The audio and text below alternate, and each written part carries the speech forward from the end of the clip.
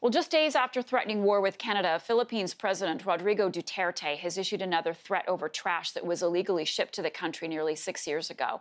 Duterte now says if Ottawa doesn't take back the trash, it will dump them on Canada's beautiful beaches. CTV's Angie Seth has more this morning on that for us. Angie. Yes, that's right, Marcia. A lot of tension brewing here with regards to the garbage the Philippines saying Canada must take back. He's saying there Duterte raising the issue at the opening ceremony of a sporting event Sunday night. He said Canada should not treat his country like a dump site, vowing to ship the garbage back himself next week if no action is taken.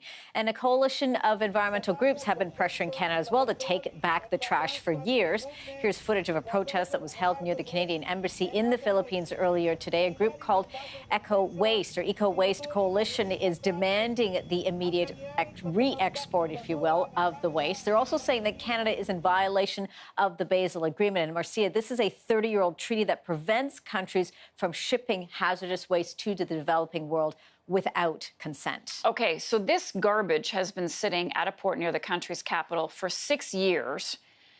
How did this happen, and why is this an issue now? Yeah, well, I mean, as you say, it's been there for 6 years. You can just imagine the odor. A lot of complaints about that, let alone the garbage and the tons of piles of waste that has just been sitting there. So this dates back to 2013 and 2014. That's when over 100 containers, around 103 containers of household trash that included plastic bottles, bags, newspapers, also included diapers, CDs, et cetera, were shipped in batches from Canada to the Philippines. Now, officials say the shipments of waste were misdeclared by a private firm called Chiron Inc. as recyclable plastic scraps. The company is denying they've done any wrongdoing.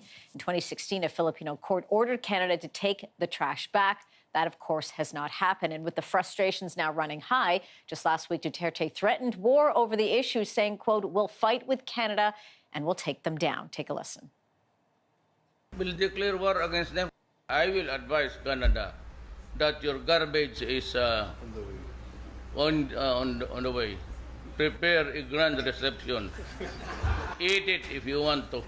So, according to local reports, a spokesperson for Duterte is downplaying those comments, saying it was just an expression of outrage, a figure of speech, if you will.